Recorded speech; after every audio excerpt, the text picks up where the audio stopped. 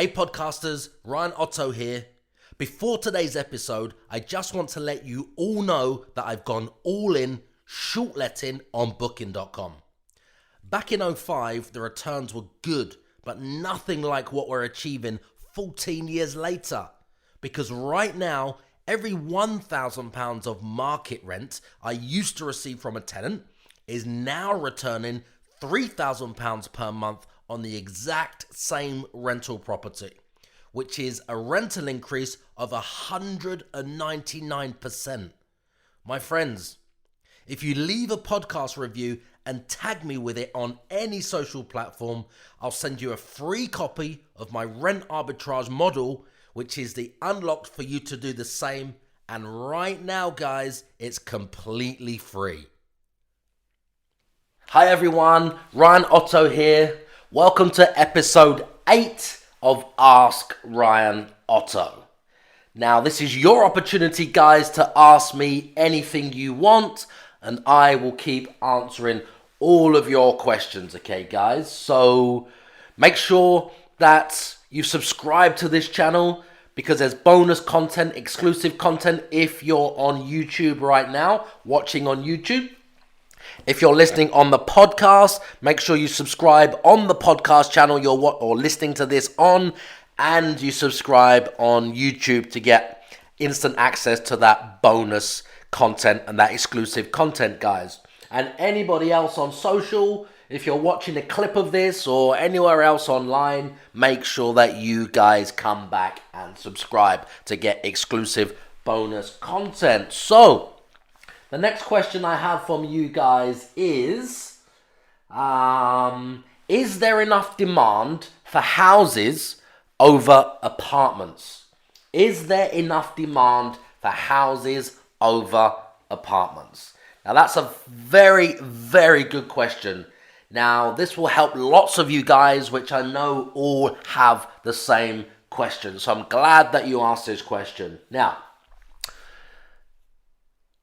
as you can appreciate, flats, city centre flats, high-rise blocks of flats, sea view flats on the seafront, flats with gyms below and communal areas and, you know, the communal pool, the communal gym and all of those things and the concierge, they are attractive, they are appealing, and they are more suited to a particular type of traveler.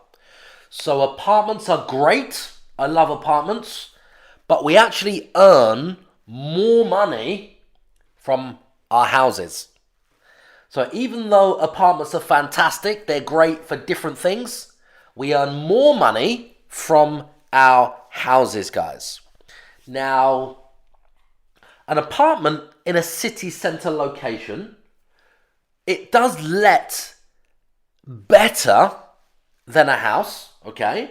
This is from our data, from our research, from the properties we have, our statistics inside our booking.com accounts, okay? Now, we do have if you're talking all year round, let's compare this on all year round, okay? So the last 365 days, our apartments, they do have a higher occupancy than our flats. Now that comes down to, if you can appreciate, a house is obviously bigger than an apartment, okay? When you get to a house, it's probably going to be at least 2 bedrooms, right? 2 bedrooms up. We have 2 beds, 3 beds, 4 beds, houses, and then apartments, which are 1 bedroom, 2 bedroom, duplexes, 3 bedrooms, and some penthouses as well, which are 2 and 3 bedrooms. So houses are bigger, okay? Apartments are usually smaller, but as you can imagine, in a house, even if it's 2 bedrooms, what we've tend to do on some of the properties in the right location, in, you know, maybe it's a seaside town or, you know, a place in the southeast, it's a holiday area, okay? So the ones which are geared for that particular market, we earn a lot more money in the summer months, like the holiday season, with those, and then, or more than the apartments, okay? In the lower seasons, the December, the January, the Februaries, okay, the low season, we tend to earn more in the apartments, the smaller ones, than the bigger houses. But overall, across the course of the year, if you compared our houses, the profit, to our apartments month by month, okay, in a monthly cycle, especially from May, or even, May, June, July, August, and September, those 5 months, okay, all of our houses, without question, will outperform all of our apartments, okay? Now, let me repeat that. May, June, July, August, September. This is relative to the area that we're in, the cities that these properties are in, okay, guys? Now, those 5 months, without question, our houses will earn more money than our apartments, okay? Now, through those months, it's typical for us to be in the late 6s, 7,000, and even into the 8,000s in 1 month, okay? Now, some of those properties, the market rent is 1,250. That's a 2-bedroom house that we have. But that 2-bedroom house, guys, is on 3 floors. It's got 2 bathrooms, 3 floors. And when I say 2 bathrooms, it's 1.5 bathrooms, you could say. It hasn't got a shower in the other one, so 1.5 bathrooms. Shower and a bath is upstairs, a toilet and a sink, etc. is on one of the lower floors. So, that's 2 bedrooms, okay, guys, on 3 floors. But the bedrooms in this particular property are huge. They're long and thin. So what we've done, it's a 2-bedroom property, but this property, it's geared for large families, large groups, not parties and stag do's and anything like that, or hen parties. No, it's positioned for larger groups, but it's not a party house, okay? So we tend to have companies which will rent it, right? And they want to house their staff. We tend to have families, or a couple of groups of people, or a couple of families which would rent it, or even tradesmen. Now, it's 2 bedrooms, but what we have on the first floor, ground floor, lounge, kitchen, the half bathroom, patio, garden, everything, outside area. First floor, there's a bathroom, and then there's 1 bedroom. But this bedroom is from the back of the house to the front of the house, okay? Now, because it's back of the house to the front of the house, there's just a hallway which takes you up to the master bedroom on the top floor. The master bedroom's even bigger. This bedroom, we have a double bed on the left in like a nook, okay, like a recess, right? And then on the other end of the room, it's the whole length of the house, right? Massive space in the middle, huge space in the middle. On the other end, we have or 2 single beds which go together as a double. So 2 singles. So that room sleeps 4, right? Perfect for families, perfect for brothers and sisters, perfect for friends, perfect for groups of people, perfect for tradesmen, etc. The beds come apart, so it can be 1 double and 2 singles, or it can be 1 double, another double, 2 doubles. Then you go up the stairs into the master bedroom. And the master bedroom is up in the loft, in the sloped ceilings, and then you have lots of windows, the Veluxes, front and back. Then you have like an open galleried staircase, which comes up into the room, okay, straight up into the loft, top floor. And then you have a front to back bedroom. The bedroom's huge, front to back. There's a seating area, and then we have 2 double beds separated in the middle where you could easily get, I don't know, in the middle. If you really wanted to, you could squeeze another bed or 2 singles in the middle, but there's enough space in the middle, maybe 3 meters between the beds. It's a huge room, okay? So that will sleep another 2 and another 2. So it's a 2-bedroom house that comfortably sleeps 8 people. And then even downstairs in the lounge, there's an occasional sofa bed in the lounge, okay?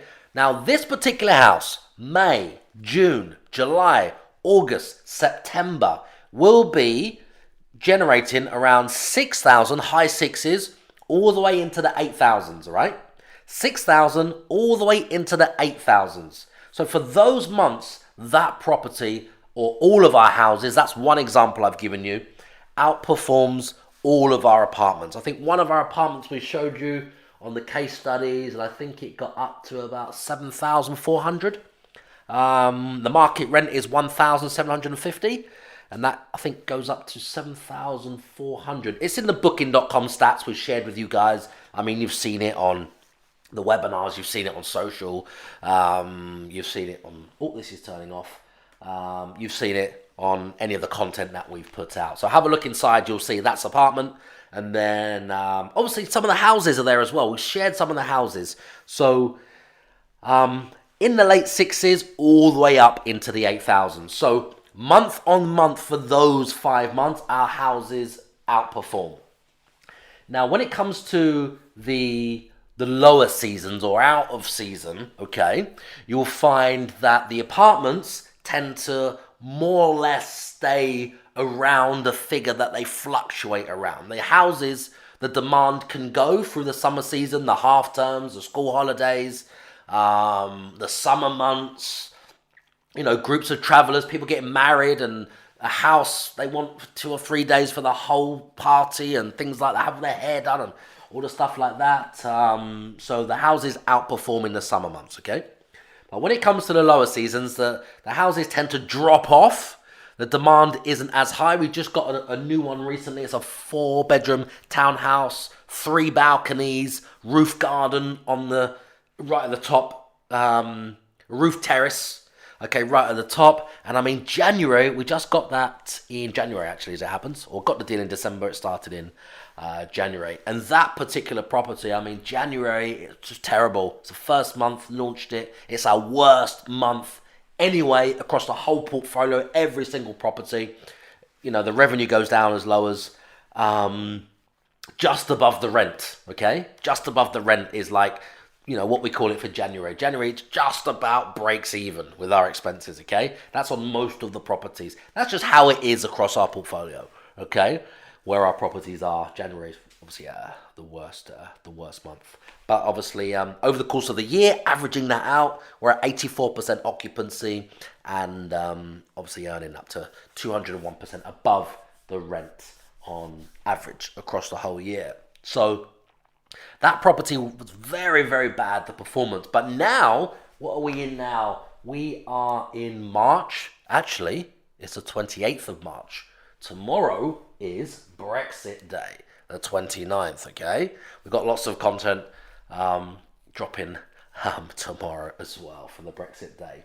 Okay, so now we're on the 28th of March, okay, guys? Now, this property, which was terrible in January, just, you know, it was around, just the weekends. Just the weekends. This is the rule of thumb that we found for houses, okay? The demand is there, like I said, in those months. But what you'll find in the low seasons is you'll only tend to have the weekends booked. The Saturday night, where you can still make a lot of money. I mean, this house I'm talking about now, it goes up to... What does it go up to? It goes up to about...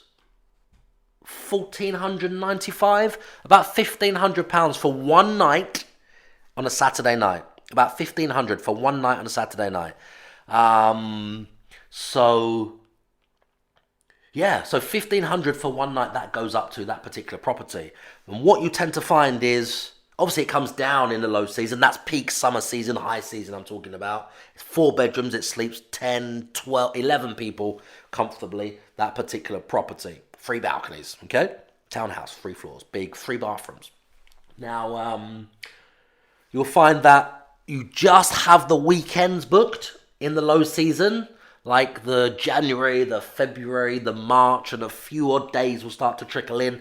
But when the pricing's right on just the weekends, a Friday night and a Saturday night, 2 night stay or a 1 night stay, you can still earn a very, very good return in the low season.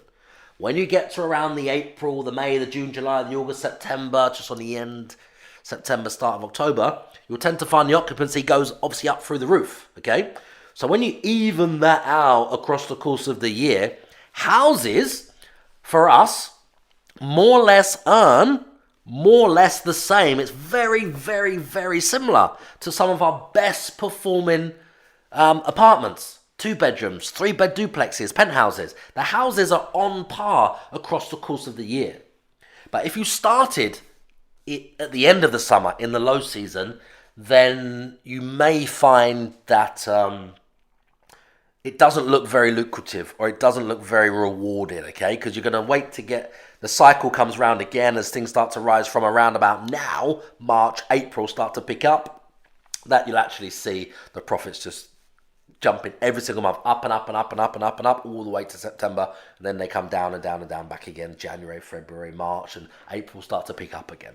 Okay, guys. So houses are equally as good and equally profitable as apartments. Again, it's relative to the city that you're in and where the house is positioned as well, but they are equally as good. Now, I would say you need to have both. You need to have a balanced portfolio of both. If you're starting, it's your first deal with a house, great.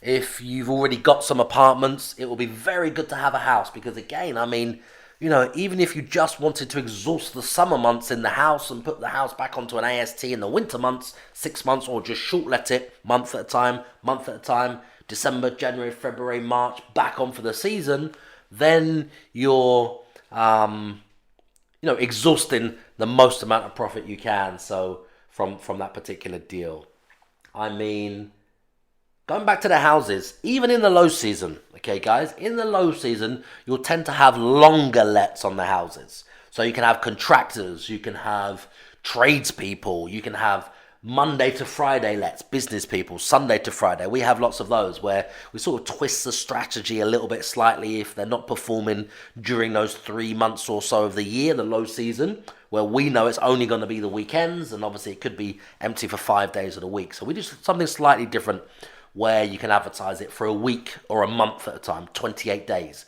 You only need to have 3 of those to get you through the low season. No hassle, no changeovers, anything like that. Then you're all good, ready for the boom as it just goes through the roof for the summer to exhaust the maximum amount of profit that you can. So, is there enough demand for houses over apartments? I hope that answered your question, guys. What else would I say to add on that?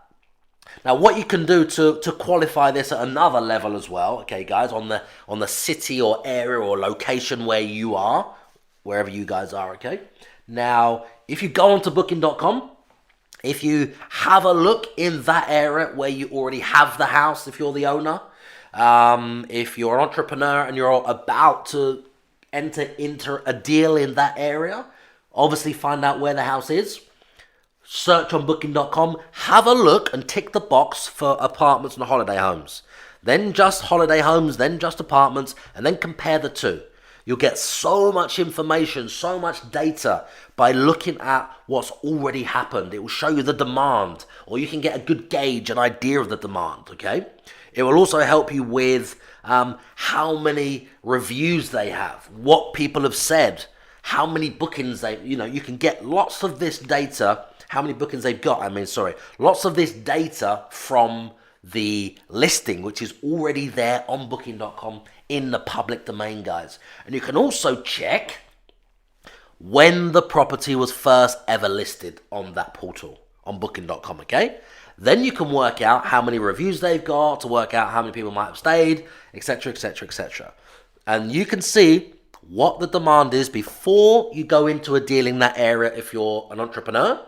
Or if you're a landlord, you can obviously decide if you're going to switch your property from an AST to short letting there. If you're already short letting and you're a landlord already involved in this business, but it's not performing, then you can obviously compare that against, or your property against, other properties in the area to work out where you're going wrong and is there enough demand, okay? So, I hope you guys got some value from this session. From this Q&A, guys.